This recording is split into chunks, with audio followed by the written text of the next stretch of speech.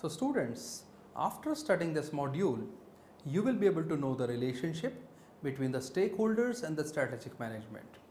Learn the key elements of strategic leadership. Understand the relationship between strategic leadership and competitive advantage. Analyze how the corporate politics and power can be made used in the strategic management. You will also be able to know how leaders can build strategic supportive corporate culture. Students, the 21st century global economy is complex. It's very challenging and it's filled with many competitive opportunities as well. The organizations gain financial success through effective strategies. It is the behavior of the strategists that determines the course of strategy. It is the individuals and group of individuals who are responsible for successful implementation of the strategy, and it drives an organization towards accomplishment of its objectives. Individuals and group focused issues such as leadership style, political behavior also tend to become important. In this scenario, the top management has to play a very important role in shaping the organizational culture. Students, the effective strategic leadership practices can help an organization to improve its performance while competing in a turbulent and an unpredictable environment. With an increasingly changing and complex competitive environment which characterizes most industries, effective leaders have to engage everyone right from the executive board to the factory floor, to give the useful ideas and insights to enhance the performance of the organization.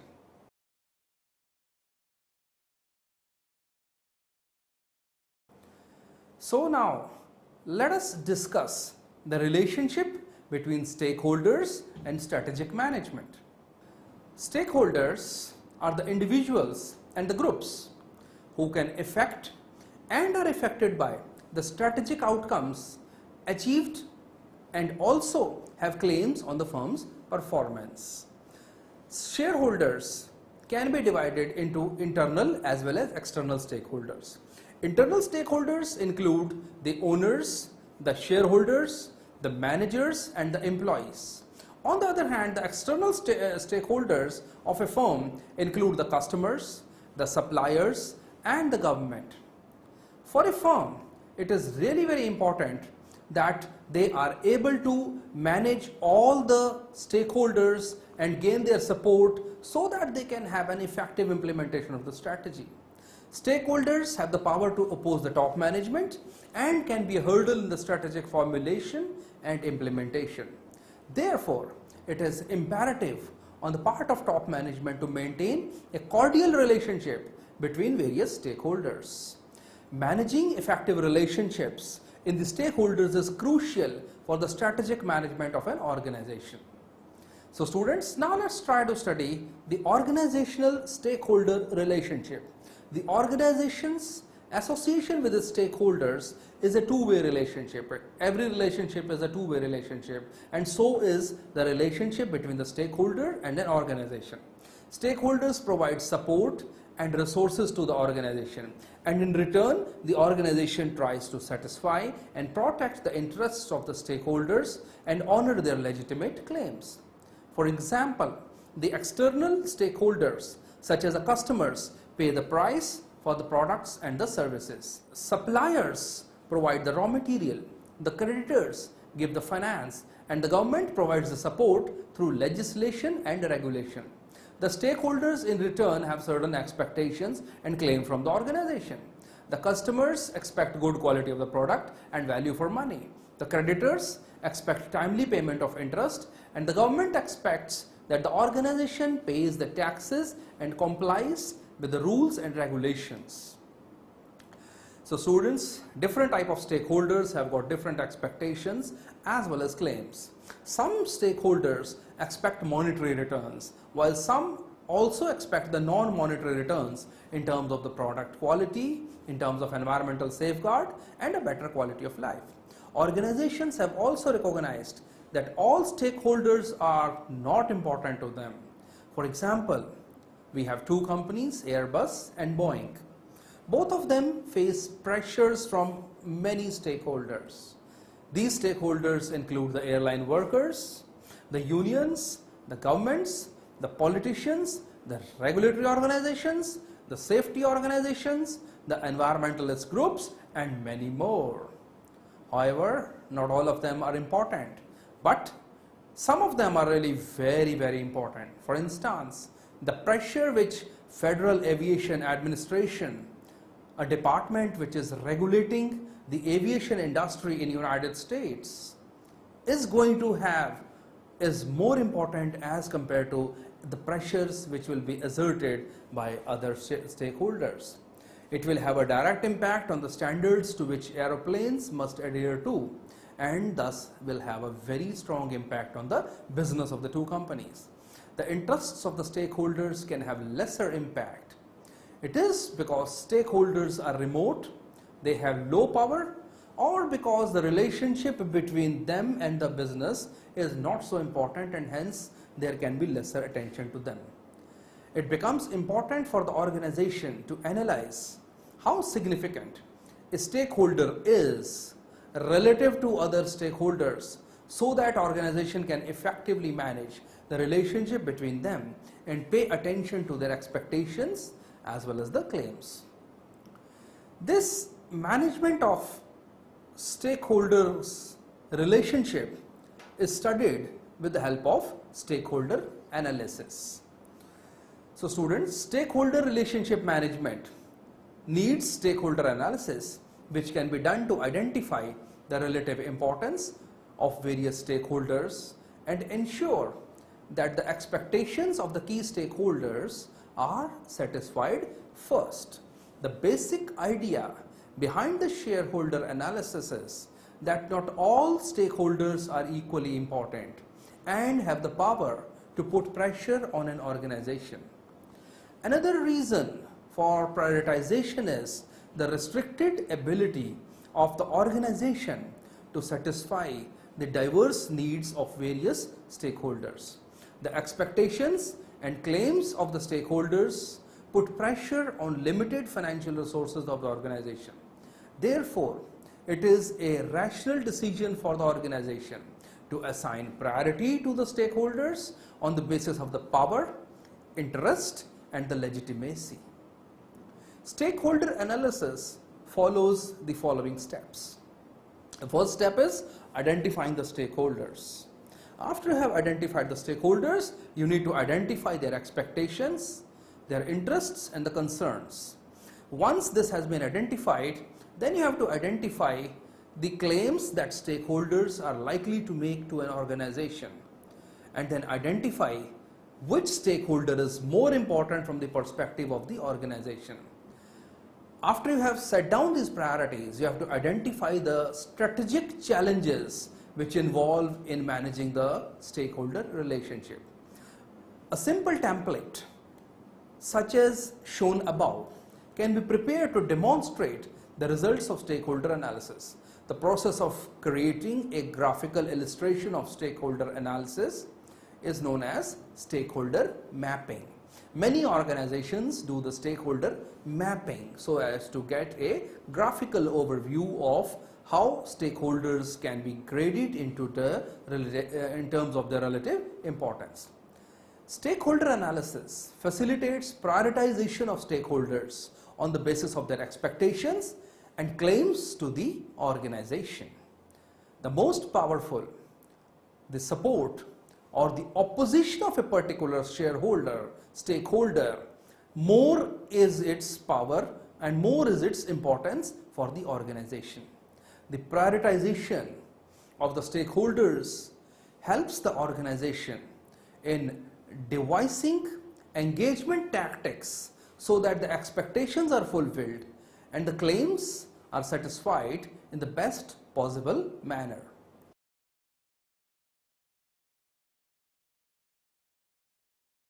Let us now throw some light on strategic leadership. Strategic leadership is the ability to lead an organization towards achievement of the objectives. Strategic leaders manage the strategic management process and influence the behavior of the subordinates so that they are motivated to work towards achievement of the organizational goals. Key elements to strategic leadership. One of the key strategic roles of both general and functional managers is to use all their knowledge, energy and enthusiasm to motivate and provide strategic leadership to subordinates and build high performing organization. The following are the key elements to strategic leadership that lead to organizational high performance. First is the vision, eloquence and the consistency. Leaders provide a sense of direction to the organization. Strategic leaders have to define a very clear vision of the organization. In defining the organizational visions, the leaders have to communicate the organization's motivation in pursuing the vision and consistently express their vision until it becomes a part of the organizational culture. Let us take the example of a strong business leader such as Microsoft's Bill Gates, Apple's co-founder Steve Jobs, Sam Walton, Walmart's founder, etc. Steve Jobs' vision of a computer for rest of us sparkled the PC revolution and made Apple an icon for American business. It was the vision of late Dhirubhai Ambani, the founder of Reliance, that company could venture in all fields of activities and emerge successful. Second is communicating the business model. After having the vision, eloquence and consistency, the business model has to be communicated. The strategic leaders have to identify and communicate the business model so that everybody can contribute to achieving the goals. A business model is an organization's method of making money in the current business environment. Strategic leaders have to have a clear understanding of the business model and pursue those strategies which will lead to those high performance. Let's take the example of a firm, Dell Computers. It was Michael Dell who identified and communicated basic business model, the business model of direct sales, and they had a very strong presence in reaching out to the customers. The third important thing is the commitment. Strong leaders need to show their commitment towards their vision and the business model by action and words. Successful strategic leaders are decisive and committed, and they help the organization to create value for all stakeholder groups. They also need to delegate and empower the subordinates. Strategic leaders understand how to delegate the strategic responsibilities to people throughout the firm and also influence the use of organizational resources. Strategic leaders recognize the empowering subordinates to make decisions, such as a good motivation tool, but also keep their control on certain key decisions, which is very critical for the success of the organization. Networking. Effective strategic leaders need to develop networks, both formal as well as informal, and keep themselves well informed about the organizations. Leaders who interact with the employees at all levels are better able to build an informal network rather than the leaders who do not interact with the lower level employees. Informal channels provide useful insights and information about the channels, and the organizational's formal channels can also be used and strengthened with the help of these informal channels. Jim Donald, the former CEO of Starbucks, used to stop at local Starbucks every morning on the way to work and buy his morning coffee. This allowed him to make informal contacts and extracted information about how the company was working. The leadership also needs to have a very important characteristic, the characteristic of emotional intelligence. Strategic leaders who show high degree of emotional intelligence tend to be far more effective and strong than those who lack these attributes. Emotional intelligence is a term given by Daniel Goleman to explain the bundle of psychological attributes, that is self-awareness, self-regulation, motivation, empathy, and social skills. The first three elements pertain to self-management skills, whereas the last two are associated with the person's capability to manage the relationship with others. So with this background, students, let us now study the relationship between strategic leadership and competitive advantage.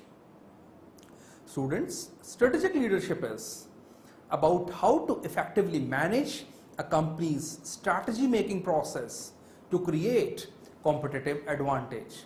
The strategy making process is the process by which managers decide upon the strategies to achieve competitive advantage. To increase the shareholder value, the managers must effectively pursue those strategies that increase the profitability of the firm. Maximizing shareholder value is the ultimate goal of all profit-making companies. An organization needs competitive advantage because it has to outperform its competitors and also increase the profits. For example, the knowledge of a firm can be a source, and if it is able to use its source effectively, it is able to remain in business and grow in business. The company is said to have a competitive advantage over its rivals when its profitability is greater than the average profitability and growth profit of the competitors competing in the market share. A company has a sustained competitive advantage in terms of bigger market share when its strategies enable it to maintain above average profitability for a number of years. We can effectively say this is the competitive advantage of a firm. If a company has a sustained competitive advantage, it's likely to gain a bigger market share from its rivals, and thus its profits are likely to grow more. Let's take the case of Sony. Sony has got its distinct capability in terms of its superiority of optics technology, and it is this capability which helps it to gain leadership in diverse but related industries. Having mastery in one technology and then finally using that competence in diverse industries and keeping the competitors far away, this technological capability becomes a competitive advantage.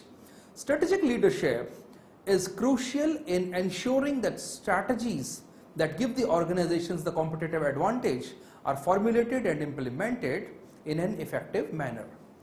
The key to understanding competitive advantages, realizing how the different strategic managers pursue over time and create advantages and make a company unique or different from its rivals and is able to outperform them. If the leaders are ineffective at formulating and implementing strategies, the organization cannot have a competitive advantage over its rivals.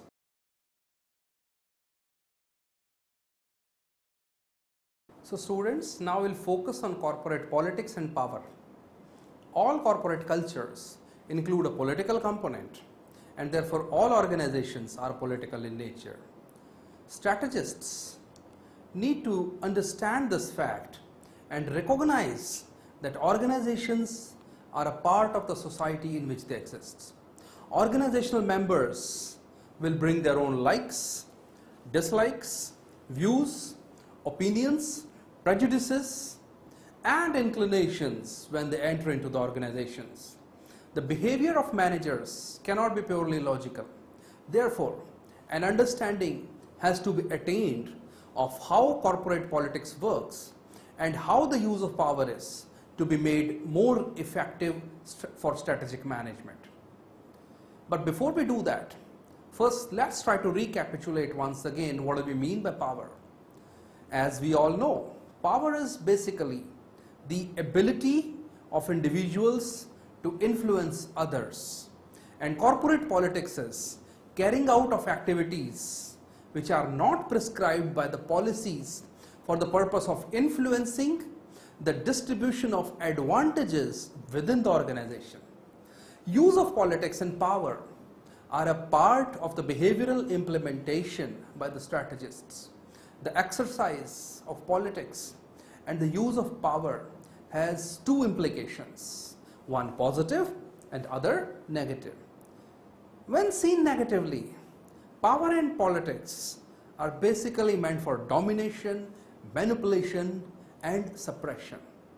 When taken positively, politics and power are a means of achieving organizational objectives. It can be used to resolve conflicts, managing coalitions, bridging differences of opinions, and consensus building. In most cases, the use of politics and power is viewed in a positive sense. Politics and power influence the way strategy is formulated and implemented. A manager cannot effectively formulate and implement strategy without being aware about organization's politics, and has to be skilled at manipulating the politics. Political considerations affect what type of objectives take precedence over others and what strategy the firm has to choose.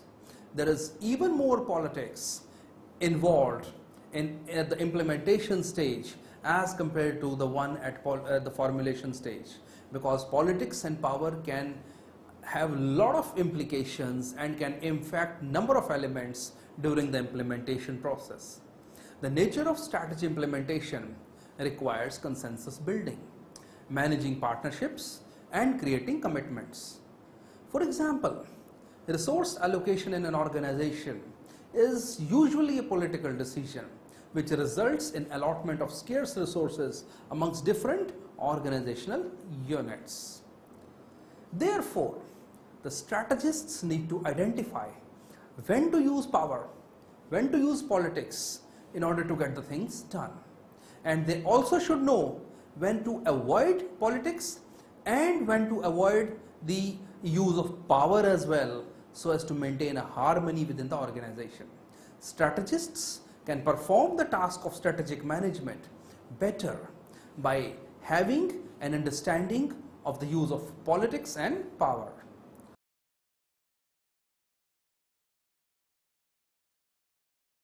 So now, with this background of politics and power, students, let us study something on organizational culture. Successful strategy implementation is not possible without managing the organizational culture.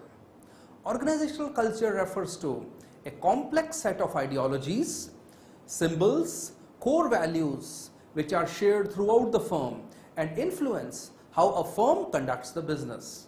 Organizational culture is also defined as a specific collection of values and norms shared by the people and the groups of people within the organization. It's a social energy that drives or fails to drive an organization. Organizational values and beliefs and ideas of what type of goals members of an organization would pursue and what standards of behavior will lead them to achievement of these goals. For example, Richard Branson is famous for a set of organizational values that he created for Virgin Atlantic: entrepreneurship, respect for customers and employees, and providing better value. And the result is, we all know it's a successful business model. Organizational culture is created by strategic leadership provided by organization's founder and top management. Mostly, organization's founder reflects his or her values and the management style for the organizational cultures.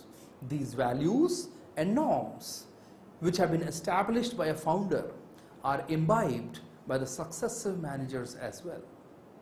Culture affects the behavior of managers and the decisions they make about the organization's relationship with the environment and strategy. Thus, strategic options can be limited by the organizational culture. Since each strategy creates its own set of managerial tasks, strategy implementation has to consider the behavioral aspects and ensure that these tasks are performed in an efficient and effective manner. The behavior of managers arising out of corporate culture can either facilitate or hinder the smooth implementation of strategy. Therefore, The basic question arises, how to create a strategy supportive corporate culture? So students, there are various ways and various approaches to create a strategy supportive organizational culture. Basically, the strategists have 4 approaches to create a strategy supportive culture. Firstly, to ignore the corporate culture. You see, it is possible, it's almost impossible to change the culture once it has been formulated in an organization. Therefore, the most convenient thing for a manager would be to ignore what is happening. This approach may be followed because it's really difficult to change a vague concept such as organizational culture. Sudden changes in corporate culture, when enforced in short duration, can also be disturbing for the organizational members. So many managers would prefer to stay away from disturbing what is happening and continue with the organizational culture they have. Second set of approach could be to adopt a strategy implementation to suit the corporate culture. It's easier to adapt strategy implementation to suit the requirements of corporate culture. This is possible because the behavior aspects of implementation offer a series of flexible alternatives to strategists in terms of structure, system, and processes.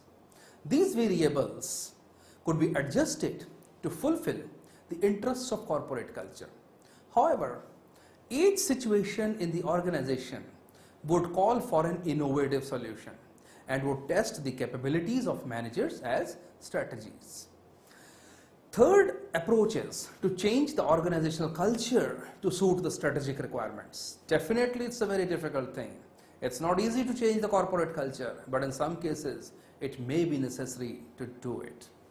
The fourth approach is to change the strategy to fit the corporate culture.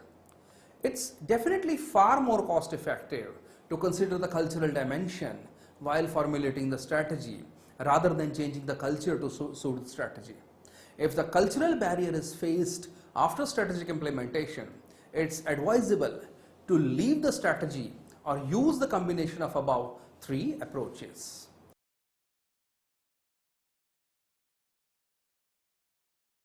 So students, with this, let us now recapitulate what we have learned so far. In this module, we have learned that stakeholders have a two-way relationship with the organization. They support the organization and in return have expectations and claims from the organization. The organizations need to do stakeholder analysis to identify the key stakeholders and to know their relative importance vis-a-vis different stakeholders so that appropriate engagement tactics could be used to manage stakeholder organizational relationship. Strategic leadership effectively sets the direction, designs the organization, and develops a culture committed to excellence and ethical behavior. We have also learned that effective leaders are good networkers, committed towards organization, demonstrate high emotional intelligence, delegate authority, and communicate the company's business model and vision. Strategic leadership is concerned with managing the strategy making process to increase the performance and value of the company by creating a competitive advantage for organization over its rivals. We have also learned power, which refers to a leader's ability to get the things done in a way he or she wants them to be done. It is the ability to affect the people's behavior and to persuade them to do the things and to overcome resistance and opposition to changing directions. Strategists should also understand how corporate politics and use of power can be made to facilitate the formulation and implementation of the strategy. We have also studied the organizational culture as a system of shared values and beliefs that shape the company's people, organizational culture, and control systems to produce behavioral norms. Over the years, numerous bestsellers have emphasized the powerful influence of culture on what goes within the organizations and how they perform. We have also studied 5 approaches to creating strategy supportive culture, and these approaches are: firstly, to ignore the corporate culture; Secondly, to adapt strategy implementation to suit corporate culture. Thirdly, to modify the corporate culture to suit the strategic requirements. And fourthly, to change the strategy to fit the corporate culture. Thank you.